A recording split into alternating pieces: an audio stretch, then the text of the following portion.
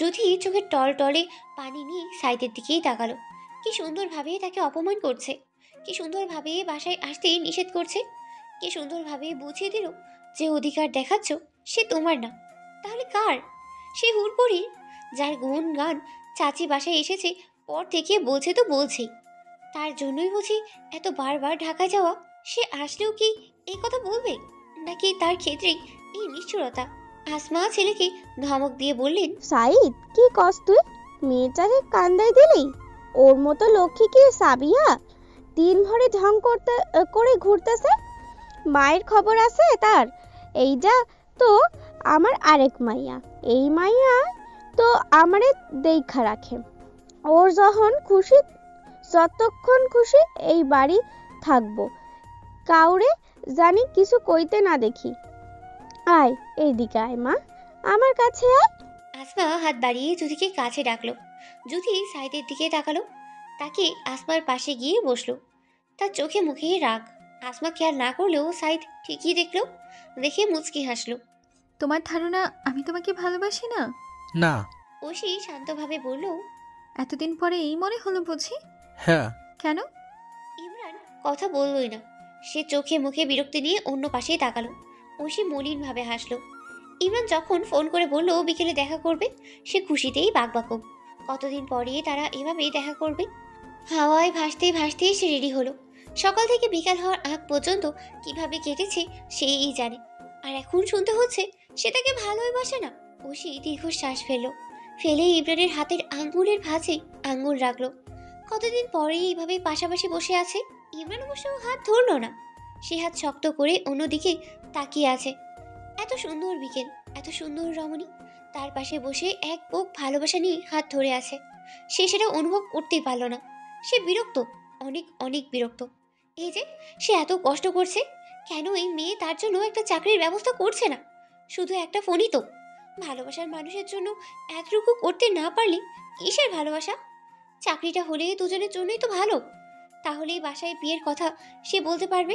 তার মা আবার খুব কড়া, চাকরি বাকরি নেই, বিয়েও নেই।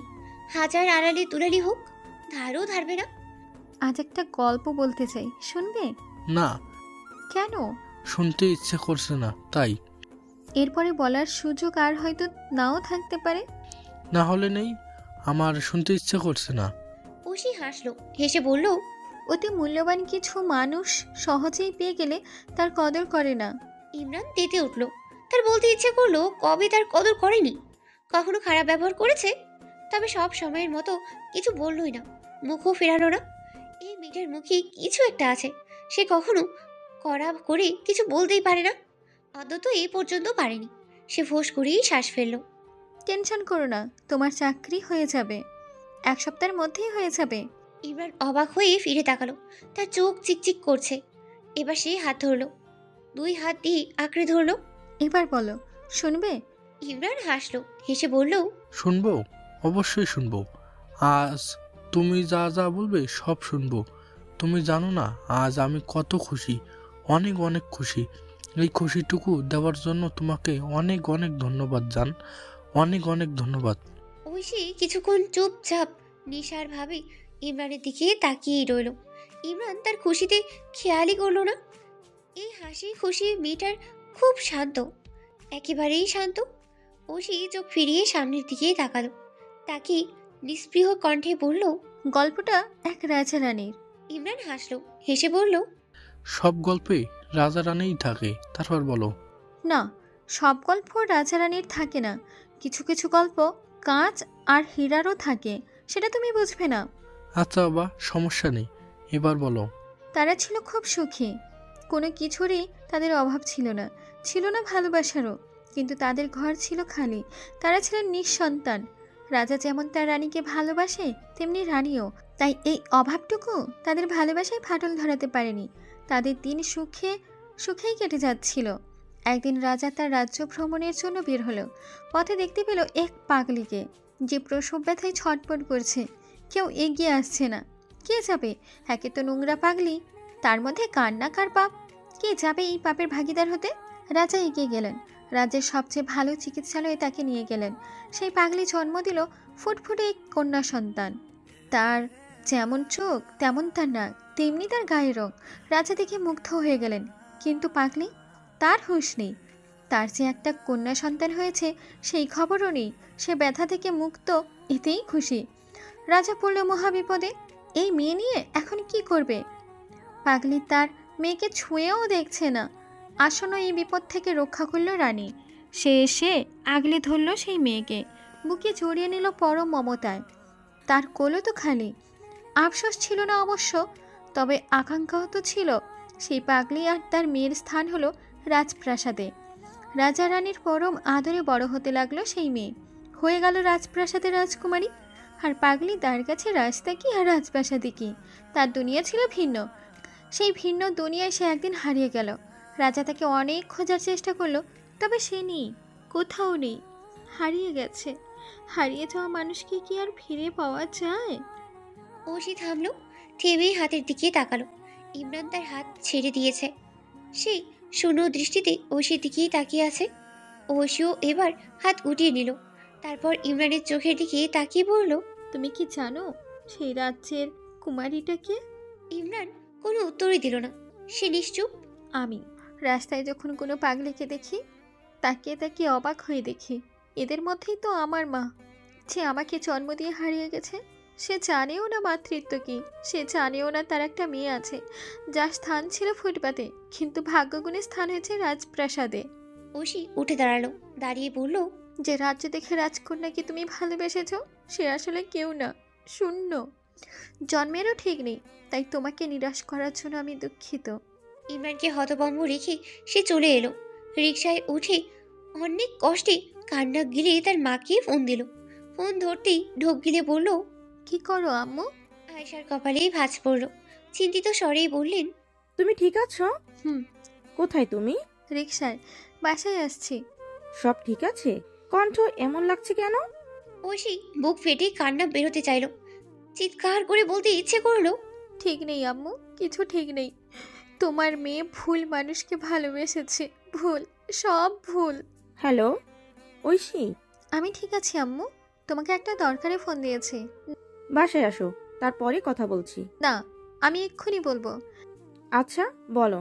একজনকে একটা চাকরি দিতে হবে 1 সপ্তাহের মধ্যেই, ভালো একটা চাকরি, যাতে সে তার সব স্বপ্ন পূরণ করতে পারে। সেই স্বপ্নের মধ্যে কি তুমি আছো? না। গুড। নিজের স্বপ্ন পূরণের জন্য যাদের অন্যের ধাক্কার প্রয়োজন হয়, তাদের স্বপ্নে না থাকাই ভালো। তার সিভি পাঠিয়ে দাও, হয়ে যাবে। টেনশন করো না। বাসায় এসো। একটা কথা মাথায় রেখো, তুমি আমাদের কাছে খুবই মূল্যবান, আর আমরা তোমাকে খুব খুব ভালোবাসি। আনিস ট্রি হাউসে উকি দিল। ঐশী জানলায় মাথা এলিয়ে বসে আছে। এলোমেলো চুল, চোখের নিচে কালি, মুখটা শুকিয়ে এইটুকু হয়ে আছে। মেয়েটা ঠিকমতো ঘুম খাওয়া দাওয়া কিছুই করছে না। সে দীর্ঘশ্বাস ফেলল। সেদিন বিকেলে অফিস থেকে আয়শা ফোন দিল। চিন্তিত হয়ে বলল, ভাইয়া, ঐশী কি কোনো রিলেশনে ছিল?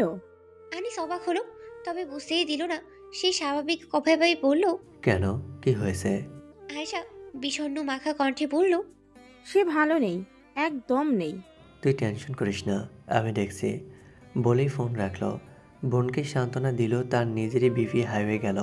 কোথায় আছে তার মা, কি করছে সে? সে রাবেয়াকে ফোন দিল। সে শুনে বলল, টেনশন করো না, সে অবশ্যই সেফে বাসায় আসবে। সে তোমাদের অনেক ভালোবাসে। তোমরা কষ্ট পাবে এমন কোনো কাজ করবে না। হলো তাই। সন্ধ্যার একটু আগে ঐশী বাসায় এলো, এলোমেলো বিধ্বস্ত। এসেই মামার বুকে ঝাঁপিয়ে পড়ল, যেন কখন থেকেই এই আশ্রয়টাই খুঁজেছে। ঝাঁপিয়ে পড়ে হাও মাও করে কেঁদে উঠল। কেঁদে কেঁদে বলল, ভুল করেছি মামা, ভুল ভুল ভুল, সব কিছুই ভুল। আমি মানুষ চিনতে পারিনি, সে আমাকে ভালোবাসেনি, কখনো বাসেনি মামা, কখনো না। আনিস শান্তির নিঃশ্বাস ফেলে ঐশীর মাথায় হাত রাখলো। হৃদয় ভাঙার কষ্টও তার চেয়ে বেশি কে জানে। সে স্নেহ মাখা কণ্ঠে বলল, ভুল ছাড়া কি কোনো মানুষ আছে? আমরা সবাই ভুল করি। সেই ভুল থেকেই তো আমরা শিখব, জানব, আবার সেই ভুলকে পিছনে ফেলে এগিয়ে যাব। আমার কষ্ট হচ্ছে মামা। আনিস আর কিছু বলতেই পারল না। কি বলে তিনি এই কষ্টের সান্ত্বনা দেবে? সেই শব্দ তিনি খুঁজেই পেলেন না। তবে তিনি জানতেন এই দিনটি আসবে। ঐশী যখন তাকে ইমরানের ব্যাপারে বলেছিল, সে তখনই খোঁজ খবর নিয়েছিল। না, ছেলের কোনো খারাপ রেকর্ড নেই, তবে ফ্যামিলি। টাকা পয়সা না থাকলেও কিছু কিছু ফ্যামিলি মার্জিত ও ভদ্র হয়, কিন্তু ইমরানটা সেরকম না। ইমরানের বাবা বেকার ছিল, টাকা পয়সা নিয়ে তার মাকে বিয়ে করেছে। সেই দেমাকেই সম্ভবত তার মার ব্যবহার যা ইচ্ছে তাই। এলাকায় খুব একটা ভালো রিপোর্টও নেই। এক বোন তার জামাইকে নিয়ে বাড়িতেই থাকে। সেই বোন তার মায়ের মতোই নিত্য কাহিনী। এরকম ফ্যামিলি থেকে আসা ছেলের মনোভাব কতটা কিরকম হবে সে আগেই ধারণা করেছিল, তবে তিনি কিছু বলেননি। তখন বললে অবশ্য কোনো লাভই হতো না, হিতে বিপরীত হতো, কারণ ইমরান আসেইনি। ঐশী নিজেই মুগ্ধ হয়ে ইমরানের দিকে এগিয়ে গেছে, তাই তখন ইমরানের বিরুদ্ধে কিছু বললে সে হয়তো ইমরানকে পাওয়ার জন্য অন্য ডিসিশন নিত। তাই সে বুদ্ধি করে সঠিক সময়ের জন্য অপেক্ষা করতে বলেছিল। সে জানতো ইমরান তার জন্য সঠিক না, ভুল। তার মা একদিন না একদিন অবশ্যই বুঝবে। আনিস এগিয়ে গেল, এগিয়ে গিয়ে ঐশীর পাশে বসতে বসতে বলল, ঘুরতে যাবি? ঐশী একটু এগিয়ে গিয়ে এসে মামার কাঁধে মাথা রেখে বলল, হুম। কেন? এমনি মামা, ভালো লাগছে না। চল না, বাসা বোর হচ্ছি, কোথায় গেলে একটু রিফ্রেশ লাগবে। ঐশী মলিনভাবে হাসলো, হেসে বলল, তোমার রিফ্রেশ আমি জানি, ঘুরতে গিয়ে হাবিজাবি কাণ্ড কারখানা করো, তোমার সাথে আমি যাচ্ছি না। এবার কোনো রকম কিচ্ছু করছি না, প্রমিস। তবুও যেতে ইচ্ছে করছে না মামা। চল না, দূরে কোথাও যাব না, এই তো কাছেই। এই তো কাছেই? কোথায়? যেখানে হাওয়া বয় মৃদু মৃদু, বাতাসে ধানের গন্ধ, বৃষ্টির টাপর টুপর টিনের চাল, পিঠা পায়েসের ছন্দ। ঐশী হাসলো। গ্রামের দিকে যেতে চাইছো? হ্যাঁ, তুই তো কখনো গ্রামে যাসনি, এবার চল দেখে আসি। থাকবে কোথায় গিয়ে? গ্রামে হোটেল থাকার কথা না, আমাদের আগের বাড়িটাও তো নেই। সেটা আমার উপরে ছেড়ে দে। আচ্ছা যাও দিলাম, কে কে যাব? তোর মা তো যাবে না জানা কথাই, তোর প্যাশন কুইককে বলতে পারিস, তাকে কোথাও নেওয়া রিস্ক, তবুও বল। ঘুরতে গেলে দুই একজন তার ছেড়া না থাকলে ঘোরাঘুরি ঠিক জমে না। ঐশী হেসে উঠল, ক্লান্ত চেহারায় মুক্ত ছড়া হাসি। আনিস আর কিচ্ছু বলল না, সে তাকিয়ে রইল। তার মাকে এভাবে দেখতেই তার তো সবচেয়ে বেশি ভালো লাগে। যদি এসে অবাক হলো, উঠানে বাজারের মেলা, ঘর বাড়ি ধুয়ে মুছে একাকার। চাচি ব্যস্তভাবে এটা ওটা করতে বলছে, ব্যাপার কি? সে চোখে মুখে বিষণ্ণ নিয়েই সাবিহার রুমে গেল। এই মেয়ে বইয়ে ডুবে আছে, সে বিরক্ত হলো। কি হবে এত পরে?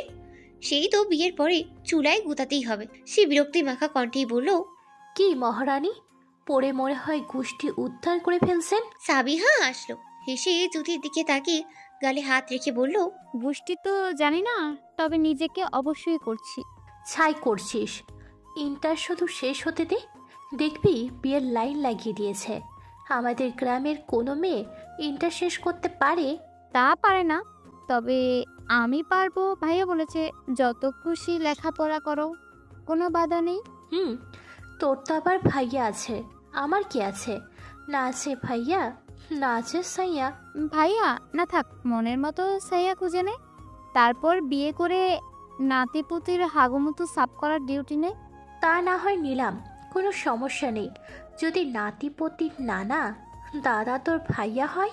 সাবিহা ফিক করে হেসে চেয়ার থেকে উঠে সাবিহার পাশে বসতে বসতে বলল, আমার ভাইয়াকে সাইয়া বানানো এত সোজা না। জ্যোতি দীর্ঘশ্বাস ফেলে বলল, জানি, আর এই জন্যই আমার এই এক জীবনই বৃথা। সত্যি? জ্যোতি ভ্রুকুচকে বলল, কি সত্যি? এই যে বললি বৃথা, সত্যি করে বলতো, তুই কি আমার ভাইয়াকে ভালোবাসিস? জ্যোতি আজকেই মানা করলো না। সে পা দুটো গুটিয়ে খাটে উঠিয়ে বিষণ্ণভাবে জানলার দিকে তাকালো, তাকিয়ে বলল, তোদের বাসায় কেউ আসবে? সাবিহা কিছুক্ষণ জ্যোতির দিকেই তাকিয়ে রইল। সে এতদিন যে ধারণা করেছে তা তাহলে সত্য। সেও আর কথা বাড়ালো না, মেহমান যাক, তারপরেই সে মার সাথে এই কথা বলবে। বিয়ে তো ভাইয়া আগে পরেই করবেই, জ্যোতিকে করলে সমস্যা কোথায়? হ্যাঁ, আনিস মামা আসবে। যদি অবাক হয়ে সাবিহার দিকে তাকালো, তাকিয়ে বলল, তোর ভাইয়া ঢাকায় যাদের বাসায় যায়, হ্যাঁ। ওই হুড়পড়ির মতো মেয়েটাও আসবে? আমি ঠিক জানি না কে কে। জ্যোতি নিষ্পলক ভাবে তাকিয়ে রইল। তার মনেই গুড়াচ্ছে, সাইদ ভাই তার হওয়ার আগেই হারিয়ে যাবে না তো? ওশি গাড়ির জানলা খুলে প্রাণ ভরে শ্বাস দিল। কি নির্মল স্নিগ্ধ বাতাস! তার মনে হচ্ছে সে অনেক অনেক দিন পরে নিজেকে ফিরে পেল। সে চোখ বন্ধ করলো, বাতাসের স্পর্শ সে অনুভব করতে লাগলো।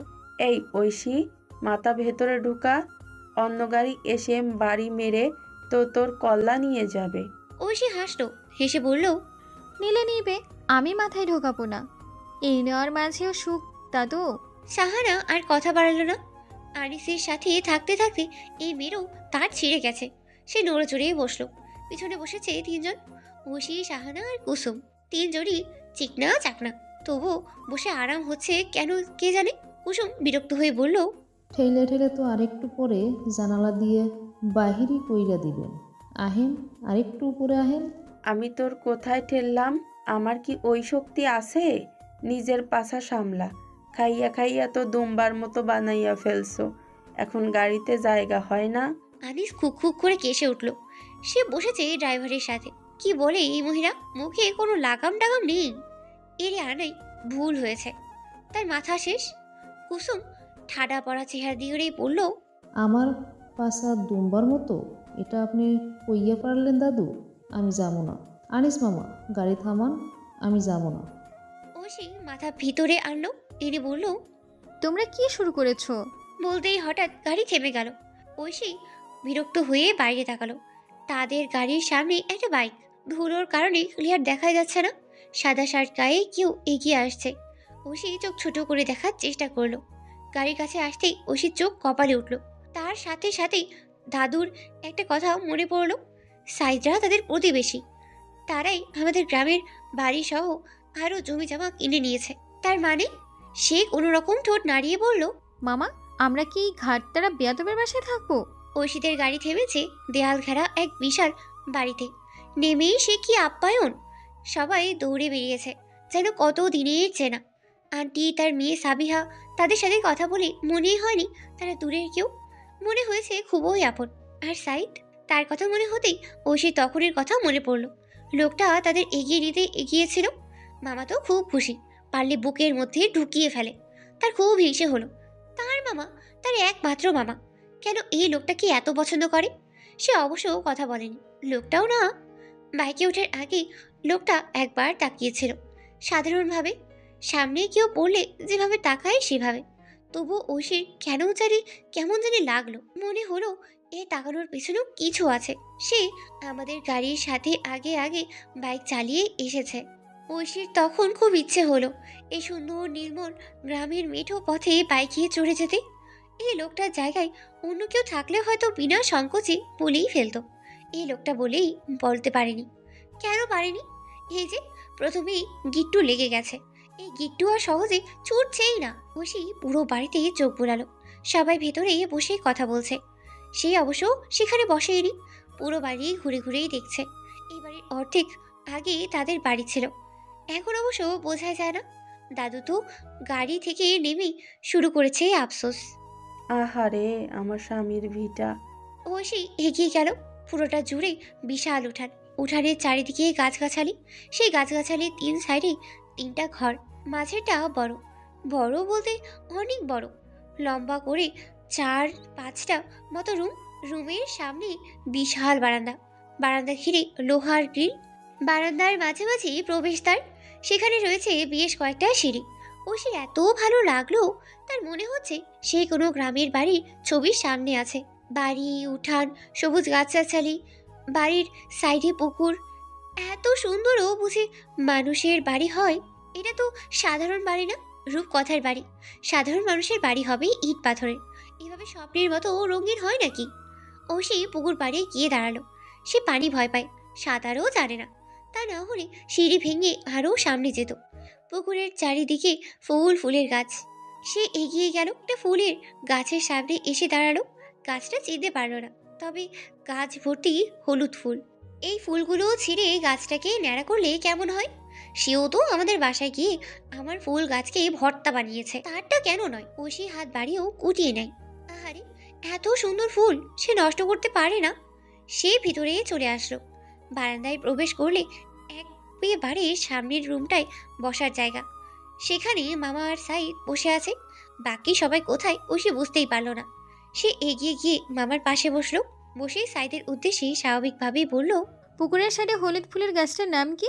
সাইদ অবাক হয়েছে, অবশ্য কাউকে বুঝতেই দেয়নি। তার চেহারা স্বাভাবিক। এই মেয়েটা তাকে আরো কত চমকাবে কে জানে। সেই দিনও খাবারের টেবিলে হঠাৎ হাজির।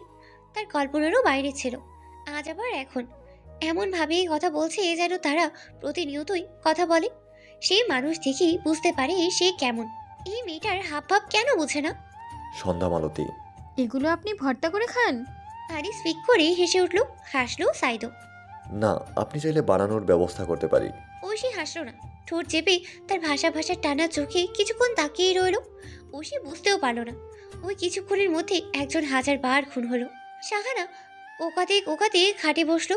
গ্রামে এসেছে, ফ্রেশ শাকসবজি খাবে তা না, বাথরুমে যেতে যেতেই অবস্থা খারাপ। পেট হয়ে গেছে মীর জাফর। নিজের শরীরের সাথে বেইমানি। আহারে, গ্রামের পাট শাক গরম ভাতের সাথে অমৃত। সে অমৃতই এখন কলকলিয়ে অন্য দিক দিয়ে বেরোচ্ছে। কুসুম ওর স্যালাইন এগিয়ে দিতে দিতে বলল, এই জন্যই বলে কাউরে কটু কথা বইল না, আল্লাহ কটু কথায় নারাজ, শাস্তিও দেয় হাতে হাতে। তোর ধারণা আমাকে আল্লাহ কষ্ট দিচ্ছে? তা নয়তো কি, আমার পাশে দুম্বার মতো কইলেন, এখন নিজেরটাই নিয়েই টানাটানি। কুসুম, তুই সামনে আয়। না। তোরে সামনে আসতে বলছি।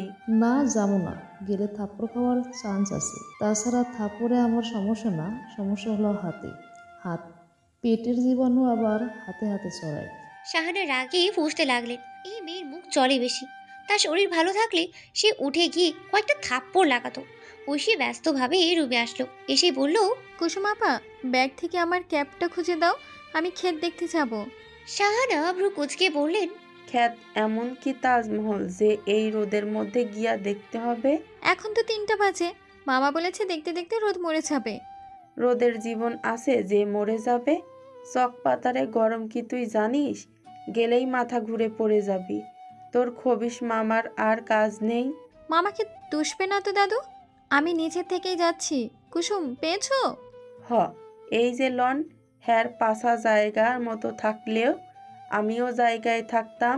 ঐশী হাসলো, হেসে বেরিয়ে যেতে যেতে বলল, তোমরা পারো। ঐশীর গায়ে কালো জামা, মাথায় কালো টুপি, রোদের তাপে ফর্সা বুক লাল হয়ে আছে। সাইজে না চাইতেও বারবার তার চোখ যাচ্ছে। এই মেয়েটা কি জানে তার এই চেহারা যে কোনো মহাপুরুষেরও ধ্যান ভেঙে ফেলবে? আর সে তো সাধারণ মানব। সে আনিস মামাকে নিষেধই করেছিল এই রোদের মধ্যে একে নেওয়ার দরকারই নেই। এই মেয়ে শোনে কারো কথা? সে আসবে তো আসবেই। এখন হাঁটছে ঢুলে ঢুলে, মাথা ঘুরে না আবার পড়ে যায়। সাইদ এই কথা ভাবতেই না ভাবতেই ঐশী উষ্টা খেলো। উষ্টা খেয়ে উপর হয়ে পড়ে যেতে নিল। সাইদ পেছন থেকে ধরে ফেললো। আনিস মামা খেয়ালই করেনি। সে আর তুহিন কথা বলতে বলতেই সামনেই হাঁটছে। ঐশীও সাইদের হাত আঁকড়ে ধরলো। তার হাতের বড় বড় নখ সাইদের হাতে নেবে গেছে। সাইদের চেহারায় কোনো ভাবান্তরই হলো না, আর ঐশীও খেয়ালই করলো না। সে হাঁসফাঁস করতেই করতে বলল, সাইদ ভাই, মাথা ঘুরছে, রোদের এত তাপ কেন? সাইদ হাসলো। মেয়েটা তাকে প্রথমবার কোনো সম্বোধন করেছে, তাও আবার ভাই। সে হেসেই বলল, খোলা ক্ষেত, রোদ তো থাকবেই, সেই জন্যই মানা করেছিলাম। তাহলে চলুন, বাসায় দিয়ে আসছি। আপনার ক্ষেত কখন শেষ হবে? ধান কাটাও তো দেখতে পারলাম না।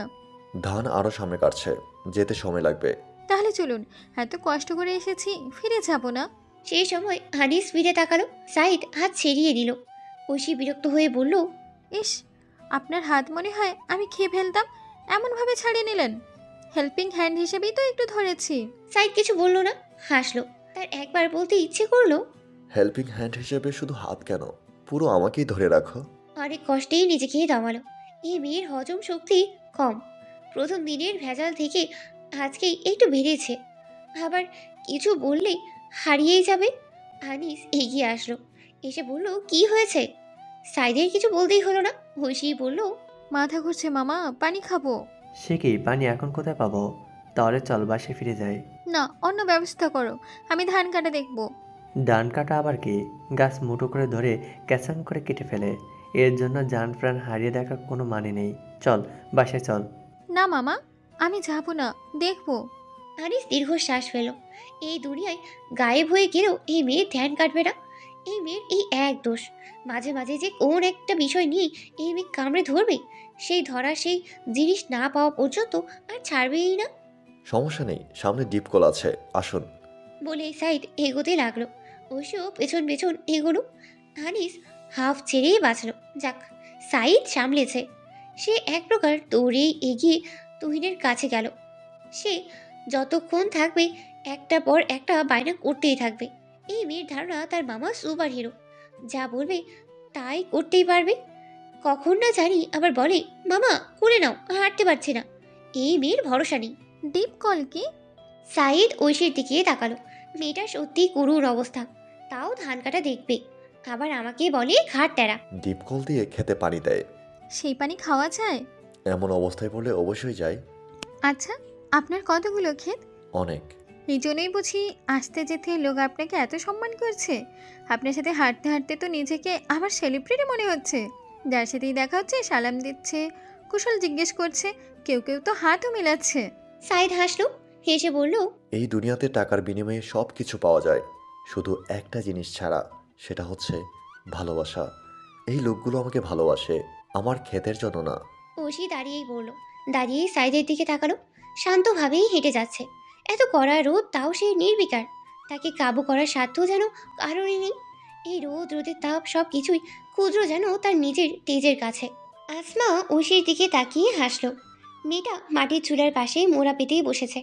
মাঝে মাঝে চুলার ভেতরে লাঠি দিয়ে এটা সেটা দিচ্ছে। মেয়েটা তার ভারীই পছন্দ। না, শুধু সুন্দরের জন্য না, ব্যবহারের জন্য। আজকাল মেয়েদের বাবা মার টাকা পয়সা থাকলে অহংকারে মাটিতে পাই পড়ে না। এই মেয়ের মধ্যে তেমন কিছুই নেই, সাদা সিধে ধরনের। বুদ্ধি আছে, তবে প্যাঁচ এখনো বোঝে না। কথাও বলবে কি মায়া করে, একেবারে মনটা গলে যায়। ঐশী তাকালো, দেখলো আসমা আন্টি তাকিয়ে আছে। সে হেসে বলল, আপনারা সবসময়ই চুলায় রান্না করেন? না রে মা, ভিতরে সাইড ব্যবস্থা করে দিচ্ছে। অল্প কয়েকজন মানুষই তো, তার কষ্ট করে আর আসা হয় না। পিঠা সিরা করলে আসি। মাটির চুলার পিঠা স্বাদই আলাদা। সত্যি আলাদা। আমি পিঠা মেলা থেকে অনেক পিঠা খেয়েছি, তবে আপনার মতো এত স্বাদ হয়নি। এখন তো পিঠা বলতে গেলে করিই না, খাওনের মানুষ নাই। সাইদ সাবিয়া কেউই পিঠা খুব একটা পছন্দ করে না। সব সময় পাই তো, তাই তাদের ভালো লাগে না। তা ঠিকই কইছে। তা তুমি রান্না বান্না কিছু পারো? না আন্টি, শুধু রান্না বান্না কেন, আমি কিছুই পারি না। আমার কোনো গুণ নেই। আমি হচ্ছে লবণ ছাড়া তরকারি। আসমা হাসলেন, হেসে বললেন, কি কও মা? দাদু বলেছে গুণ ছাড়া রূপবতী মেয়ে লবণ ছাড়া তরকারির মতো। ও মা, তাই নাকি? হ্যাঁ, আপনার তো বিয়ে হয়েছে, আপনার তো জানার কথা। আসমা আহাম্মকের মতো তাকিয়ে রইল। বিয়ে লবণ ছাড়া তরকারির কি সম্পর্ক তিনি বোঝাতে পারলেন না। সাবিহা দরজার দাঁড়িয়ে খিলখিল করে হেসে উঠল, হেসে বলল, গুণ ছাড়া রূপবতী মেয়ে যদি লবণ ছাড়া তরকারি হয়, তবে গুণ ছাড়া রূপহীন মেয়ে কি হবে? মশলা ছাড়া তরকারি হয়নি? আমি জানি না, আমার এখনো বিয়ে হয়নি। সাবিহার হাসতে হাসতে পিঠে কিল ধরে যাওয়ার মতো অবস্থা। সে অবস্থায় বলল, আমার অবস্থা তোমার চেয়েও খারাপ। রূপও নেই, গুণও নেই। এখন আসে তো এক জায়গায় যাব। কোথায়? জুথিদের বাড়ি। জুথিদের বাড়ি? জুথিকে? আমার জান, দুদিন ধরে আসছে না। চলো আজকে তাকে ধরে বেঁধে নিয়ে আসি। ঐশী হাত ছেড়ে হেসে উঠে দাঁড়ালো। সে অবশ্যই যাবে। সাবিহার জান বলে কথা, না আসলে টেনে হিচড়ে নিয়ে আসবে। ঐশী আর সাবিহা হাতকে দেয়ালে ঘেঁষে দাঁড়ালো। অতি দ্রুত গতিতে 3-4টা বাইক গেছে তাদের পাশ দিয়ে। ঐশী বিরক্ত হয়েই বলল, এটা কি পাগল? এভাবে যাচ্ছে কেন? সাবিহা কিছু বলতে যাবে তার আগেই বাইকগুলো আবার ফিরে এলো। একটা ছাড়া বাকি সবগুলো একটু দূরে গিয়ে দাঁড়ালো। আর সেই একটা দাঁড়ালো একদম তাদের সামনে। সাবিহার মুখ অন্ধকার হয়ে এলো। সে ঐশীর হাত ধরে কাছে নিয়ে আসলো। নাইম হেলমেট খুলে হেসে বলল, কেমন আছো সাবিয়া? সাবিহা মুখ কালো করেই বলল, ভালো। তোমাদের বাসায় নাকি ঢাকা থেকে মেহমান এসেছে? এই মেম সাহেব নাকি? হুম। নাইম হাসলো, হেসে ঐশীর দিকে তাকিয়ে বলল, ভালো আছেন আপনি? ঐশী স্বাভাবিকভাবেই বলল, ভালো। আপনি এভাবে রাস্তা দিয়ে উড়ে পুড়ে বাইক চালাচ্ছেন কেন? আর একটু হলেই তো আমাদের লাগতো। সাবিহা ঐশীকে চুপ থাকার জন্য হাত চেপে ধরলো। এই মেয়ে বুঝলে তো? নাইম হাসলো, তার চোখ মুখ অন্য কথা বলছে। ঐশী না বুঝলেও সাবিহা বুঝলো। তা না হলে সেদের কথা বলার লোক এই ছেলেরা। রাস্তার আশেপাশের মানুষকে এটা গণনাই ধরে না। তার নিজেরই ভুল হয়েছে এই আগুনের গোলাকে নিয়ে একা বের হওয়া। আমি দুঃখিত, আমি জানতাম না আজকাল আকাশের পরীরা রাস্তা দিয়েও হাঁটাহাঁটি করে। ঐশী আবারও কিছু বলতেই যাচ্ছিল। সাবিহা এক প্রকার টেনে নিয়ে যেতে যেতে বলল, আসো আপু, আমাদের দেরি হয়ে যাচ্ছে। সাবিহারা চলে গেল। নাইম সেখানেই দাঁড়িয়ে রইল। দূরের বাইকগুলো কাছে এসেই চক্কর কাটতে কাটতে বলল, ফেসে গেছো বন্ধু, একদম ফেসে গেছো। সাইদ আর চোখে ঐশীর দিকে তাকালো। ঐশী মনোযোগ সহকারে মাছের কাটা বাচ্ছে। হাসে পাশের দিন দুনিয়ার কোনো হুঁশই নেই। সে বসেছে বারান্দার দরজার সামনে মোড়া পেতে, হাঁটুর ওপরে প্লেট রাখা। নিজে খাওয়ার চেয়ে দরজায় বাইরে বিড়ালকে খাওয়াচ্ছে বেশি। তারা নিজেরাও সবাই খেতেই বসেছে বারান্দায় মাদুর পেতে। ভিতরে টেবিল আছে, তবে এত মানুষকে একসাথে খাওয়া সম্ভবই না। সে বলেছিল তাদের আগে খেতে। হানিস মামা গো ধরে রইলেন, খেলে সবাই একসাথেই খাবে, না হলেই নেই। তাই কি আর করার, এখানেই বসা। সে সামনের দিকেই তাকালো। যুধি তাকিয়ে আছে। সে বসেছে মায়ের পাশে, ভাত নাড়াচাড়া করছে, দৃষ্টি তার দিকে। সে দীর্ঘশ্বাস ফেলে খাওয়ায় মনোযোগ দিল। এই মেয়ে লিমিট ক্রস করেছে। 2 দিন আগে 1 নম্বর থেকে তাকে মেসেজ দিয়েছে। সে পড়েই বুঝেছে কে হতে পারে। সে আর কিছুই বলেনি, উত্তরও দেয়নি। হানিস মামারা গেলে এর বিহিত করবে। আর কত, সবাই তার নীরবতাকে দুর্বলতা মনে করবে কেন? যুথি করুণভাবে সাইদের দিকেই তাকালো। এই জন্যই সে এই 2-3 দিন আসেনি। সে সাইদ ভাইকে অন্য কারোর সাথে কল্পনাও করতে পারে না। এই যে সাইদ ভাই খাওয়ার ফাঁকে ফাঁকে মেয়েটার দিকে তাকাচ্ছে, আর কেউ না দেখলেও সে তো ঠিকই দেখছে। এই দেখা যাতে না দেখে হয়, সেই জন্যই আসেনি। কি যে যন্ত্রণা সৈয়দ ভাই, আপনি কখনো বুঝবেন না। মনে মনে বলে যুথি ঐশীর দিকে তাকালো। সাদা কামিজ তার গায়ে মিশে আছে, দেখতে ফুলের মতো লাগছে। যুথি দীর্ঘশ্বাস ফেলল। সে গ্রামের সাধারণ দেখতে সাধারণ মেয়ে, একে দেখে কে তাকে মনে ধরবে? আজ রূপ আছে বলেই তাদের ভাগ্য কতটা সুপ্রসন্ন। সাইদ ভাইয়ের মতো মানুষের ভালোবাসা পাচ্ছ। কি রে মা, খাস না কেন? যুথি মলিনভাবে হেসে বলল, জ্বর গেছে তো চাচি, মুখে এখনো স্বাদ আসে নাই। আসমা মাথায় হাত বুলিয়ে বললেন, আমাদের সবার খেয়াল রাখোস। তোর জ্বর, একটু খবর নিতে পারলাম না মা। সমস্যা নেই চাচি, আমি জানি আপনারা ব্যস্ত ছিলেন। হ্যাঁ রে মা, একটু ব্যস্ত ছিলাম। আর সাবিহা, তুইও তো পারতি একটু খবর নিতে। সাবিহা মুখ বাঁকিয়ে বলল, আমি তো নীরা, যাস না, নিয়ে একেবারে বগল দাবা করে হাজির হয়েছি। এই কথা বলতে বলতেই সাবিহা মনে করার ভঙ্গি করে সাইদকে বলল, ভাই, জ্যোতিকে আনার সময় নাইম ভাইয়া সাথে দেখা হয়েছে। সাইদ স্বাভাবিকভাবেই বলল। তো সাবিহা ঢোক গেল। সে ভাইকে কিভাবে বোঝাবে? আসলে আমি ওই ঐশী আপুকে নিয়ে গেছিলাম, সে বাইক থামিয়ে। সাবিহা চুপ হয়ে গেল। কি বলবে এসে? সাইদের হাত থেমে গেছে। সে যা বোঝার বুঝেছে। নাইম চেয়ারম্যান চাচার ছেলে, ঢাকা থেকে লেখাপড়া করেছে। বাবার মতো খারাপ না হলেও ভালোও না। বাবার টাকা থাকলেই যেমন হয়। সে কিছুক্ষণ চুপ থেকে আবার খাওয়ার মনোযোগ দিয়ে শান্তভাবে বলল, সমস্যা নেই, আমি দেখব। ঐশী রুম থেকে বের হলো। দাদু আর কুসুম আপার যন্ত্রণায় রুমে টেকাই যায় না। তার হাতে মোবাইল। ইমরানের সাথে শেষ কথা বলার শেষে মোবাইল বন্ধ করেছে তো করেছি। তার অবশ্য সমস্যা হয় না, মামার মোবাইল আছে। আম্মুর সাথে ওইটা দিয়েই কথা বলে। সে পুকুর ঘাটে আসলো। কিছুক্ষণ আগেই সন্ধ্যা হয়েছে, চারিদিকে নীরব। সে পুকুর পাড়ে বসার জায়গায় বসলো। এখনো চাঁদের আলোও ছড়ায়নি, তবুও তার মনে হলো পানি চিকচিক করছে। তার একটু ছুঁয়ে দেখতে ইচ্ছে হলো, তবে সাহস হলো না। সে মোবাইল অন করলো। অন করতেই এক গাদা মেসেজ কল আসতে থাকলো। সে তাকিয়ে রইল, তবে ওপেন করলো না। এখানে কি করছেন? ও সে ভয়ঙ্করভাবেই কেঁপে উঠলো। সাথে সাথেই তার হাতে থেকে মোবাইল ছিটকে পড়লো। সে হাঁপাতেই হাঁপাতেই বলল, আপনি? আল্লাহ, আমার তো এখনই জান বেরিয়ে যাচ্ছিল। সাইদ হাসলো। সে গেট দিয়ে ঢুকেই ঐশীকে দেখেছে এক ধ্যানে মোবাইলের দিকে তাকিয়ে আছে। সে এখন ভাবলো থাক, বসে আছে থাকুক। আবার কি মনে করে যেন আসলো, এই মেয়েটাকে চুম্বকের মতো টানে। সে নিচু হয়ে মোবাইল তাকালো। স্ক্রিন ফেটে গেছে। সেই স্ক্রিন ফাটা দিয়ে একজনের নাম জলজল করছে, ইমরান। সাইদ দেখলেও না দেখার ভান করে মোবাইল এগিয়ে ধরলো। ঐশী হাত বাড়িয়ে নিল, তবে মোবাইলের মধ্যে তার তেমন কোনো আগ্রহই দেখা গেল না। সাইদ নিজে থেকেই বলল, আপনি চাইলে কালকে আমি স্ক্রিন ঠিক করিয়ে দেব। তার দরকার নেই, এই মোবাইল আমার এমনিতেও কোনো কাজের না। আচ্ছা, আপনি আমার সাথে একটু নিচে যাবেন? কোন নিচে? ওই যে পানির সামনে। আমি পানিগুলোকে একটু স্পর্শ করব। সাঁতার জানি না তো, পানি দেখে ভয় করে। আপনি যাবেন সেফটি হিসেবে, যদি পড়ে যাই? সাইদ হাসলো। আনিস মামা বলেন, এই মেয়ে বায়নার ডাব্বা, কাউকে একটু আপন করলেই হয়েছে কাজ। বিনা সংকোচে আবদারের পর আবদার করতেই থাকে। সাইদ মনে মনে বলল, আমার সৌভাগ্য যদি আমি তা পূরণ করতে পারি। মুখে বলল, আসুন। ঐশী হেসে সাইদের সাথে এগোলো আর বলল, আপনি আমাকে তুমি করে বলতে পারেন, আমি মাইন্ড করব না। সাইদ কিচ্ছু বলল না। সে জুতা খুলে কয়েক ধাপ পানিতে নেমে গেল, শীতল ঠান্ডা পানি।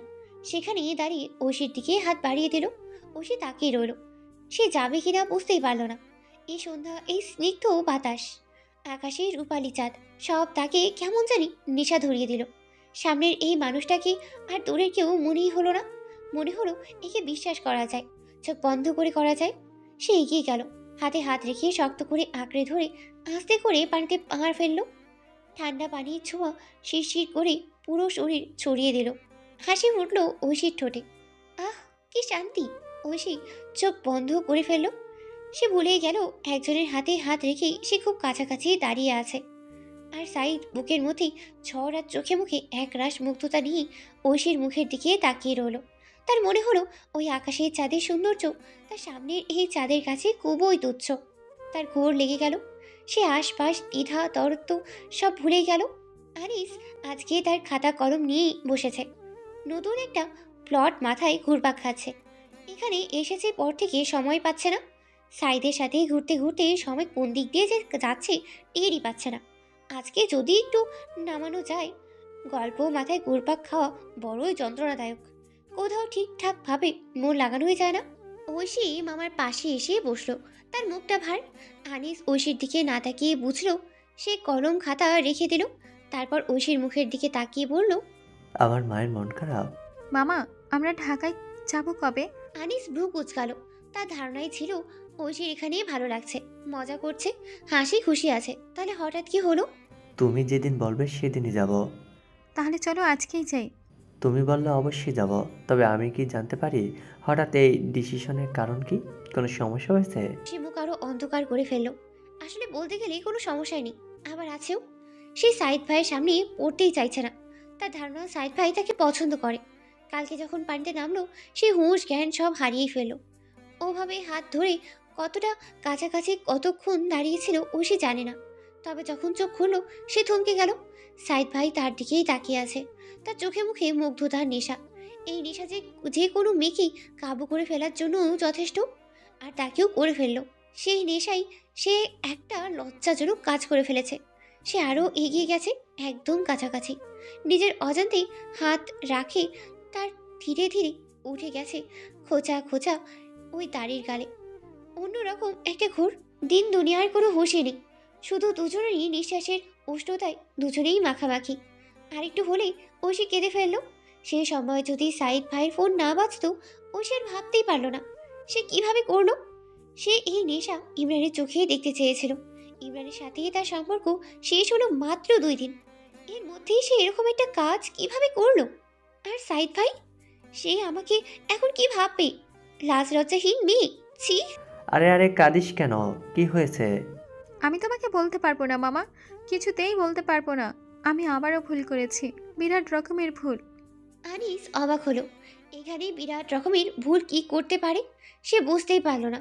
সে দীর্ঘশ্বাস ফেলে ঐশীর হাত নিজের হাতের মধ্যে নিল, নিয়ে বলল, আচ্ছা বলতে হবে না, আমরা মানুষ, রোবট তো না, আমাদের ভুলভ্রান্তি হবে।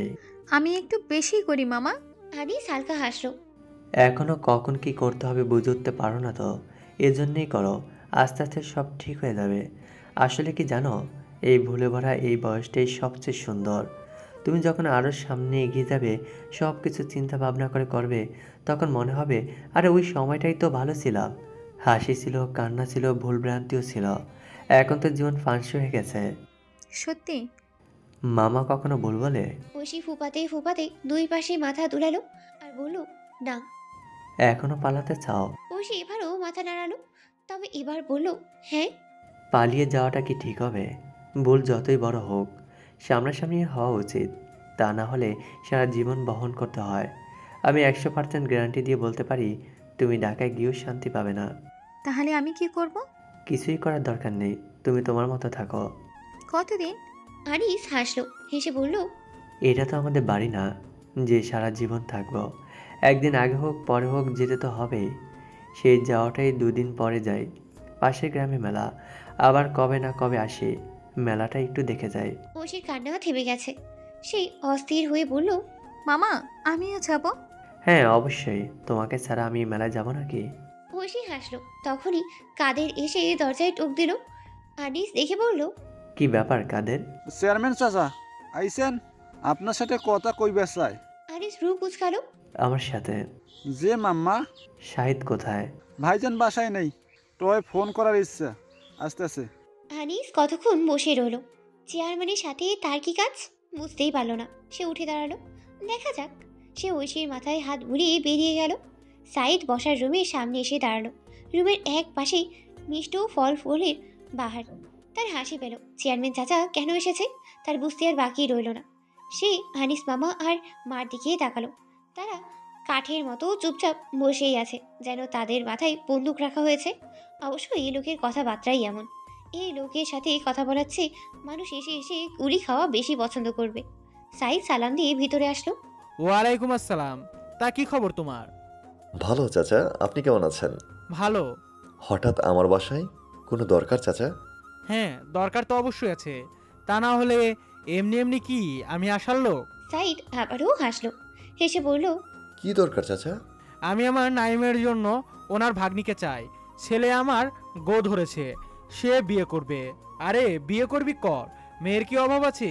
এই ইদ্রিসের নাম শুনে মেয়ের বাবা হেসে হেসে মেয়ে দিয়ে দেবে তা না, সেই ঢাকার মেয়েকেই বিয়ে করবে। আরে ঢাকার মেয়েরা কি সংসারী হয়? তারা হয় উড়নচণ্ডী। এই ছেলেকে কে বোঝাবে? সাইদ নির্বিকার ভাবে বলল, আপনি? ইদ্রিস বুঝতেই পারল না। সে ভ্রু কুচকে বলল, কি বললা? ওই যে বললেন না কে বোঝাবে, সেটাই বললাম। আপনি বোঝাবেন? মানে কি বলতে চাও তুমি? আপনার যোগ্য ছেলের জন্য মেয়ের অভাব হবে না। এই ঢাকার মেয়ে না হয় বাদী থাক। ইদ্রিস রাগে ফুঁসছে। তুমি আমাকে না করছো? সাইদ শান্তভাবে বলল, হ্যাঁ। তুমি না করার কে? এখানে মেয়ের গার্ডিয়ান আছে। সাইদ হাসলো, তবে আর কিছু বলল না। ইদ্রিস আনিসের দিকে তাকালো, বলল, আপনার কি মত? আমার ঘরের বউ হলে আপনার ভাগ্নির রাজরানীর মতো থাকবো। আনিস বড় একটা শ্বাস ফেললো, তারপর বলল, আমার মেয়ে এমনিতে রাজরানী, তাকে বিয়ে দিয়ে রাজরানী বানানোর প্রয়োজন নেই। ওর বাবা এই গ্রামেরই ছেলে, নাম ডাকতো আপনার শোনারই কথা। যাই হোক, আপনাকে আমি অসম্মান করছি না। মেয়ে থাকলে মেয়ের সম্বন্ধ তো আসবেই, তবে আমি আপনার কথা রাখতে পারছি না, আমি দুঃখিত। ইদ্রিস উঠে দাঁড়ালো। রাগে তার শরীর কাঁপছে। তাকে না করা? মেয়ে নিয়ে এত দিমাগ? সব এই সাইদের জন্য। এর ফল সে দেখাবে, সাইদকেও আর এই মেয়েকেও। সেও দেখাবে সসম্মানে এই মেয়েকে কিভাবে এই গ্রাম থেকে বের হয়। সে হনহনিয়ে বেরিয়ে গেল। কাদের তার চেলাবেলার হাতে ফল টল ধরিয়ে দিল। এইসব তাদের দরকারই নেই। ঐশী সারাদিন তার রুম থেকে বেরিয়ে হয়নি, বালিশে মুখ গুজেই পড়ে আছে। সে কি করবে? চোখ খুললেই সাইদের সেই চেহারা মুখের সামনে ভাসছে। কিরে, এমনিতেই তো রাত ছাড়া রুমে আসিস না, আজ বালিশে মুখ ডুবিয়ে বসে আছিস, ব্যাপার কি? বালিশের সাথে আবার প্রেম টেম হলো নাকি? হ্যাঁ প্রেম হয়ে গেছে, এখন পারলে বিয়েও দিয়ে দাও। তা না হয় দিলাম, বাকি সব করবি কিভাবে? ঐশী তরিং করে উঠে বসলো। কি বলে এই বুড়ি? শাহানা অবশ্য সেই দিকে তাকালেনি না। সে মাথায় মেহেদি দিয়েছে। সোজা হয়ে বসে থাকতে থাকতে পিঠ ধরে গেছে। সে নড়ে চড়ে বসে বলল, কি জানি বাপু, আজকাল অবশ্য সবই সম্ভব, কত কিছুই তো শুনি। দাদু। ঐশী চোখ বন্ধ করে চিৎকার দিল। হঠাৎ চিৎকারে শাহানা কেঁপে উঠেছে। অবাক হয়ে বলল, আরে ষাঁড়ের মতো চেঁচাচ্ছিস কেন? তুমি কি বলছো? আমি আবার কি বললাম? ঐশী ঠোঁটে ঠোঁট চেপে কিছুক্ষণ তাকিয়ে রইল, তারপর ধপ করে আবার শুয়ে পড়ল। একে কিছু বলেই লাভ নেই, পরে দেখা যাবে সত্যি বালিশের সাথে বিয়ে দিয়ে দেবে। শাহানা হাসলো। কাল রাতে কিছু যে একটা হয়েছে সে জানে। কাল সন্ধ্যার পরে এই মেয়ে উভ্রান্তের মতো দৌড়ে এসেছে। পায়জামার নিচের দিকে অনেকটাই ভেজা, পুরো শরীর কাঁপছে। সে ভেবেছে ভয়টাই পেল কিনা। সে জিজ্ঞাসাই করলো, এই মেয়ে আমতা আমতা করেছে। সে ঐশীকে চেনে, এই হাতের মধ্যেই বড় হয়েছে। তার চেহারা দেখেই আন্দাজ লাগাতে পারে কি হতে পারে। সেই আন্দাজে অবশ্য কি ঠেলেছে ঐশী। সাইদ যতক্ষণ বাড়িতে ছিল এই মেয়ে বেরই হয়নি, নাস্তা খেতেও না। চলে যাওয়ার পরে বের হয়েছে খেতে। বুদ্ধিমতীদের জন্য একটা ইশারায় যথেষ্ট। আর শাহানা, সে তো বুদ্ধিমতীদের দাদি রানী। সে আফসোসের সুরে সুর তুলে বলল, আহারে সময়, রঙিন সময়, যদি পারতাম সোনায় দিয়ে বাঁধিয়ে রাখতাম।